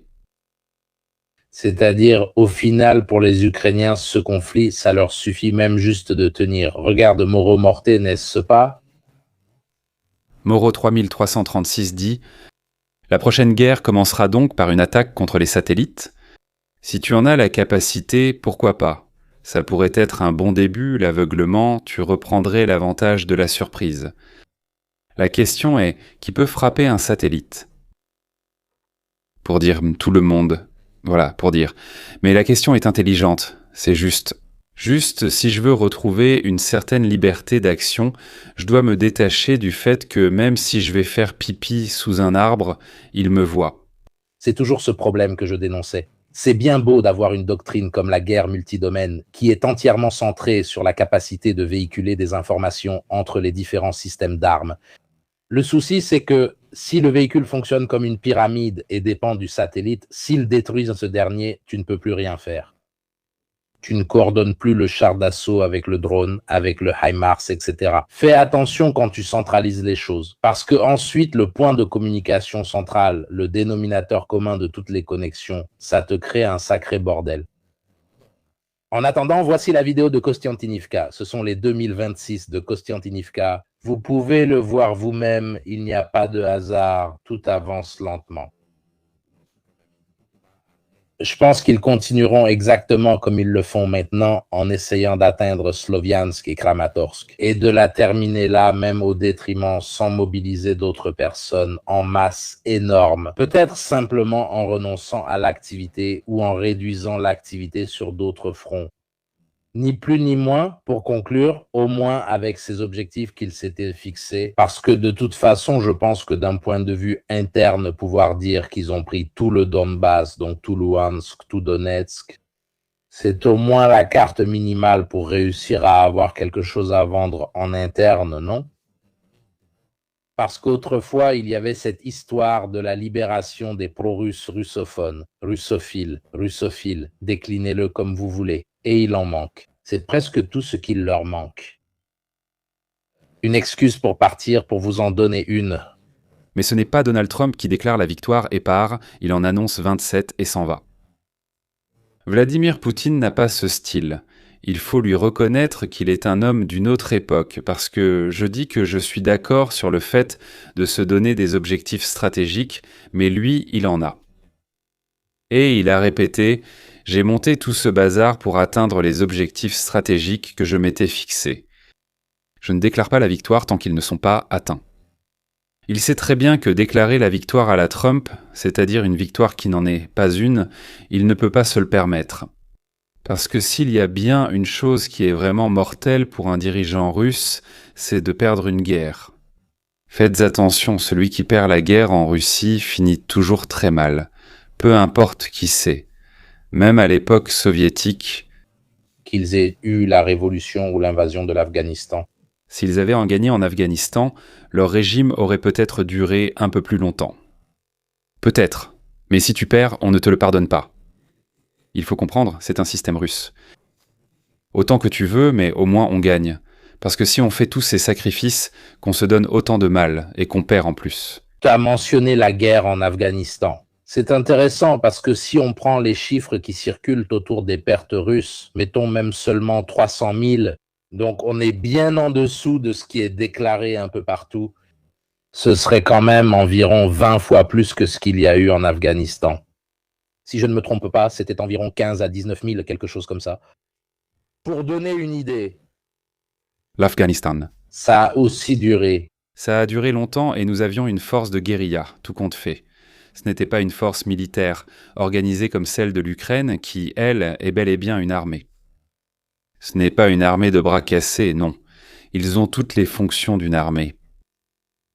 Après, plus ou moins. Là, comme vous l'avez vu. Ajoutons aussi Afghanistan avec l'Union soviétique. Hey, dans la guerre d'aujourd'hui, la démocratisation des armes, c'est-à-dire la possibilité d'avoir des armes importantes et décisives, même à des niveaux très bas, est en train de la changer profondément. Même un Afghan peut se fabriquer un drone, tout comme le Hezbollah. Donc il s'agit vraiment d'armes décisives qui, auparavant, étaient uniquement entre les mains de ceux qui les possédaient. Dans l'histoire de la Guerre, c'était un... Dans l'histoire de la guerre, oui, les Anglais en étaient maintes au milieu de l'Afrique et eux, ils avaient en la mitrailleuse et il y avait les Zoulous avec des lances. Et c'était ça. Maintenant, quelqu'un demande, mais pourquoi ne se rendent-ils pas compte qu'avec cette guerre, tu ne peux pas obtenir ce que tu voulais? Mais c'est pour la même raison que l'Allemagne, en 1917 à 1918, savait très bien qu'elle ne pouvait pas gagner. Mais elle se faisait des illusions en pensant pouvoir créer une percée, un changement d'époque. Mais en 1918, il était assez évident que tu n'allais nulle part. Au niveau économique, ils avaient déjà des problèmes de nourriture en Allemagne pendant la Première Guerre mondiale, pour donner un exemple. Et pourtant, on continue, parce qu'inévitablement, si tu n'atteins pas l'objectif minimum, tu ne sais vraiment pas comment t'en sortir. À l'intérieur du pays, comment peux-tu justifier des sacrifices, des morts, des privations, des augmentations de coûts? Nebiolina, pas moi, Nebiolina, celle qui dirige la Banque fédérale russe, a dit « Nous avons une pénurie de travailleurs après avoir atteint le plein emploi.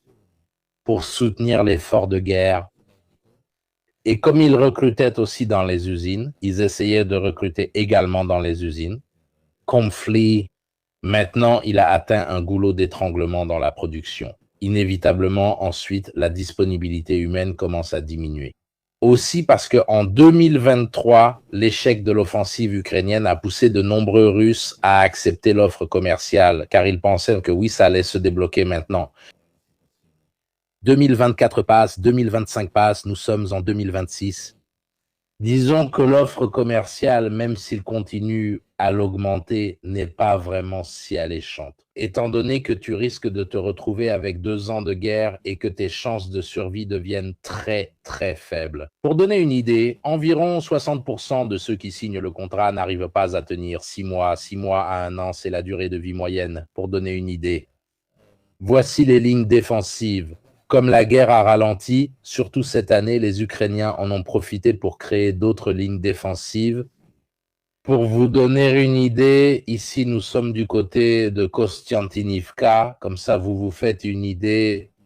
Les Russes avaient percé la fameuse percée de 20 km qui aurait dû dépasser la ligne de défense ukrainienne, la dernière apparence de mouvement. Ce qu'on a vu, eh bien, les Ukrainiens ont continué à développer d'autres lignes, même au-delà de Kramatorsk et Sloviansk. Plus on ralentit, plus les lignes ukrainiennes se mettent en place. Donc les Russes étaient arrivés très près d'atteindre les lignes de défense ukrainiennes, alors qu'elles n'étaient pas encore complètes. Aujourd'hui, ils en ont créé beaucoup d'autres. Comme vous voyez, celles-ci n'existent pas. Ici, nous sommes au-dessus de Pokrovsk. Ils en créent vraiment beaucoup. Kouliaï, les 2 dernières zones, Kouliaïpol, qui est d'ailleurs l'une de ces zones qui a été touchée par les contre-attaques ukrainiennes, qui ont inversé la situation. C'est-à-dire toute cette zone ici qui a été prise par les Ukrainiens, reprise par les Russes, zone contestée, etc. Tout cela s'est passé au cours des 4 à 5 derniers mois. Cela a inversé une bonne partie des conquêtes russes qui étaient arrivées jusqu'à Ternouvat la dernière fois. Pour donner une idée, vous voyez à quelle vitesse ils avançaient vite pour cette guerre. Et entre guillemets, ce n'est pas Guderian avec la 7e division, c'est Guderian, Rommel avec la 7e division. Ils étaient presque arrivés à dépasser les lignes défensives ukrainiennes dans la région de Zaporizhia. Ils étaient pratiquement sur le point de les franchir.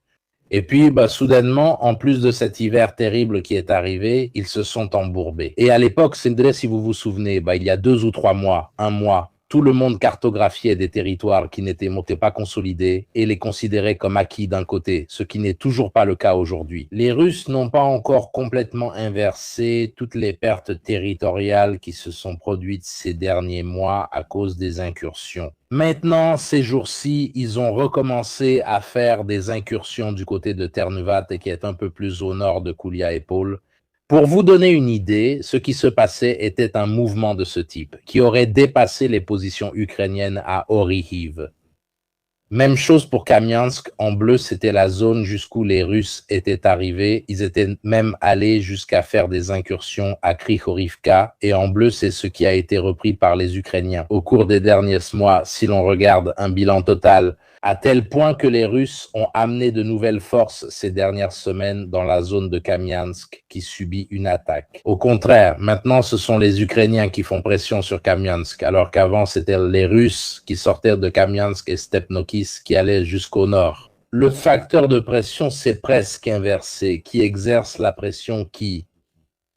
Évidemment, les Ukrainiens veulent probablement repousser les Russes sur la rive sud de Kamiansk et rétablir la ligne sur la rivière. C'est pour faire comprendre que si l'on fait finalement un bilan total de cette année entre les kilomètres perdus et les kilomètres gagnés, si tu regardes, ils sont légèrement en positif. Les Russes, mais si avant l'année dernière on parlait de changement de 20-40 km² par semaine et par secteur pour les Russes, maintenant on parle plutôt de 2 km, 1,8 km, 1,6 km par semaine. Ça a ralenti à des niveaux qu'on n'avait pas vus depuis pratiquement 3 ans et demi, pour donner une idée.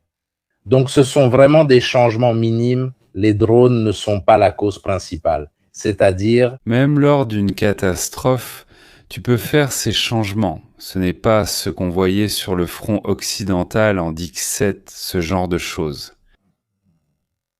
Je répète, une question est, la prochaine guerre entre grandes puissances ou entre États solides sera-t-elle comme ça, ou est-ce une exception ? Donc maintenant, tout le monde se précipite pour acheter des drones, fabriquer des drones, et la guerre se fait avec des lance-pierres. Stupidaggine.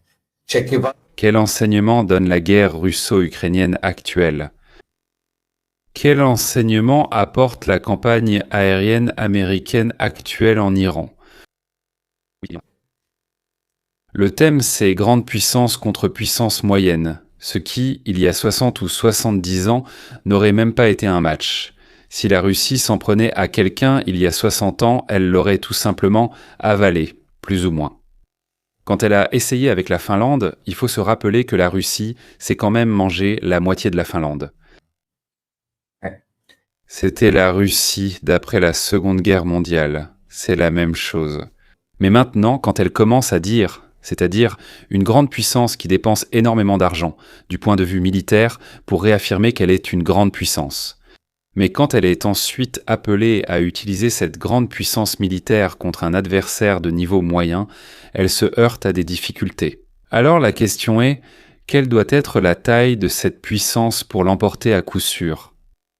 Quelle part du PIB de cette puissance doit être engagée ?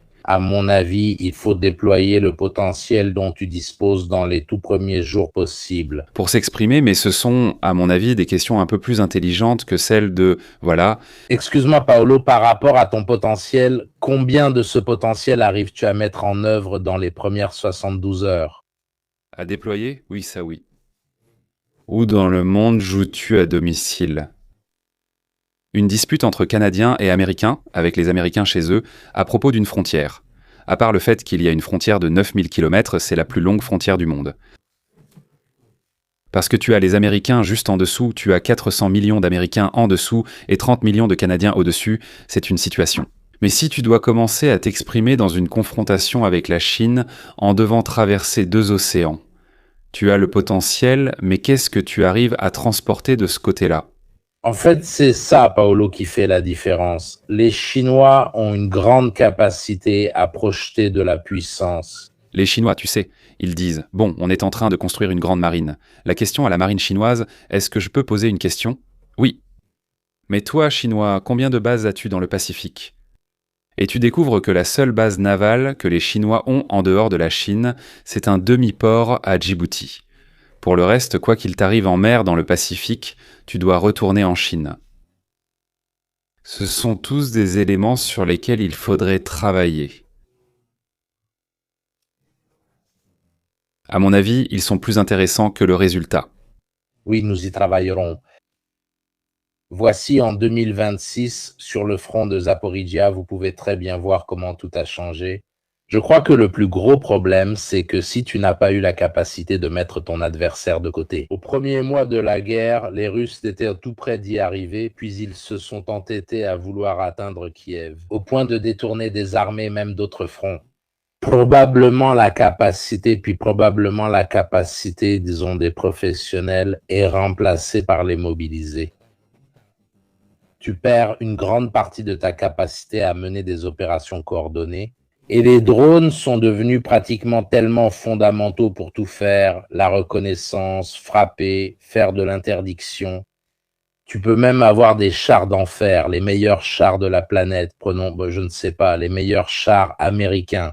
Si tu déployais en Ukraine une division de chars américains et qu'en face il y avait un front d'Ukrainiens prêt avec des drones, tu aurais de grandes opportunités. Je pense qu'il finirait de la même façon s'il n'y a pas le reste des forces. Et les Russes n'ont vraiment pas ni d'aviation tactique, ni de supériorité aérienne.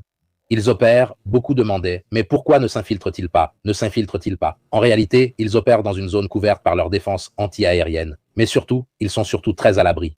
La plupart des bombardements qui ont lieu du côté russe sont des bombes planantes, larguées à 60, 80, 100 km, hors même de la portée des défenses anti-aériennes ukrainiennes sur des positions fixes, c'est-à-dire dans le sens où, s'il y avait une colonne ukrainienne en progression, tu ne pourrais pas utiliser ce type d'aviation pour engager cette colonne. Parce que tant que la bombe planante parcourt ces 60-70 km, la colonne a déjà avancé d'1 kilomètre. Tu ne touches plus rien. Donc il n'y a même presque plus d'utilisation tactique. On l'a vu au début avec les hélicoptères, puis après de lourdes pertes, on a vu des hélicoptères lancer des roquettes en mode balistique,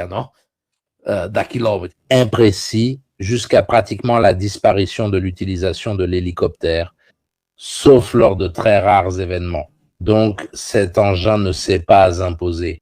Alors que pendant la Première Guerre mondiale, les champs de mines, les tranchées et l'artillerie ont bloqué les assauts d'infanterie, les chars sont arrivés pour débloquer la situation. Voilà, les chars d'assaut sont un bon exemple. Les chars d'assaut sont les drones d'aujourd'hui. Les chars sont apparus en 1912. Si on avait demandé à un officier d'infanterie de dessiner un char d'assaut, il aurait dit « Eh bien, qu'est-ce que je dois faire ?» En 1918, tout le monde avait eu l'expérience de quelque chose qui avançait avec un moteur, qui perçait les barbelés. Cela semblait fonctionner. Ensuite, ils y ont réfléchi pendant 10-15 ans et sont arrivés les chars de la Seconde Guerre mondiale. Aujourd'hui, le drone, dans les années 1990-2010, les premiers à utiliser les drones ont été les Israéliens. Pensez-y comme reconnaissance pour l'une de leurs guerres dans le nord du Liban et vers la Syrie. Mais l'idée d'avoir un engin qui coûte si peu, qui est si précis et qui somme toute nécessite peu de temps pour former le personnel. Et il protège le personnel, car il est difficile de tirer sur l'opérateur de drone, ce n'est pas si courant. Je crois que Paolo, nous avons vu le drone dans sa forme actuelle, c'est un peu comme le char d'assaut qui est apparu en 1917-1918. Je pense que lors de la prochaine guerre, une nouvelle génération jouera un rôle. Le drone au maximum de ses capacités, suivi inévitablement de contre-mesures. Non, il ne faut pas tomber dans la fatalité, dans la conclusion définitive, dans les années 30-40.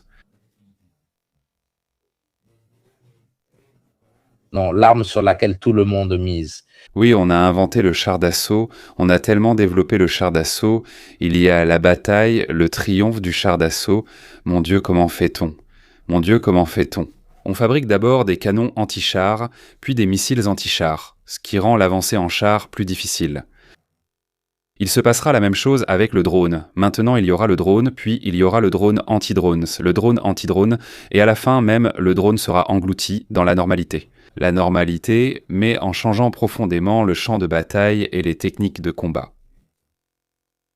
C'est triste pour ceux qui ont appris à faire la guerre avant le drone, car ils seront obligés d'adopter une façon de combattre complètement différente à cause du drone. Imaginez le niveau de décision qu'il faudra avoir maintenant. Le seul point qui a été compris, même les Russes l'ont compris, c'est de former de petits détachements d'infanterie, mais vraiment petits, 5, 6, 8, 10 personnes. Le niveau d'autonomie décisionnelle de commandement attribué à 5 ou 8 personnes n'était pas envisagé. C'est une équipe... Dans la théorie classique, ce serait un caporal qui commanderait, alors que fais-tu du lieutenant, du capitaine, du commandant, du lieutenant-colonel, quand l'élément de pointe qui gère le combat est pas le caporal? Un caporal, peut-être dois-tu mettre un capitaine pour commander 10 personnes. Capitaine en service. Mais l'expérience, c'est-à-dire la vision du champ de bataille. Et les sous-officiers maintenant? Et les sous-officiers, de quel type? Autonomie? Avec quelle préparation?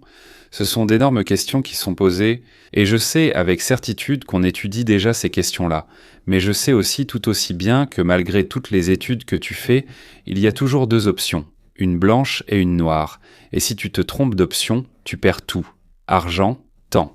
Et il n'y a que deux options, toutes les deux valables, aussi bien la blanche que la noire. Il y a la preuve que les choses fonctionnent, il y a la preuve que les anciennes choses ne fonctionnent plus. C'est ça. Les nouvelles, on ne sait pas. Alors, messieurs, je dirais que nous avons tout dit, donc je remercie beaucoup le général Paolo Capitini. Je vous donne rendez-vous le 15 où avec Diego Batti, nous nous en occuperons. Mexique. Donc nous raconterons le discours de les relations avec l'Amérique. Donc toujours dans une optique de vulgarisation en ce qui concerne les pays d'Amérique latine, l'Amérique centrale, l'Amérique, etc. Fiche sur le Mexique. Il y a vraiment beaucoup de choses à dire, même des sujets lourds. Donc merci à tous et bonne nuit. Bonne nuit.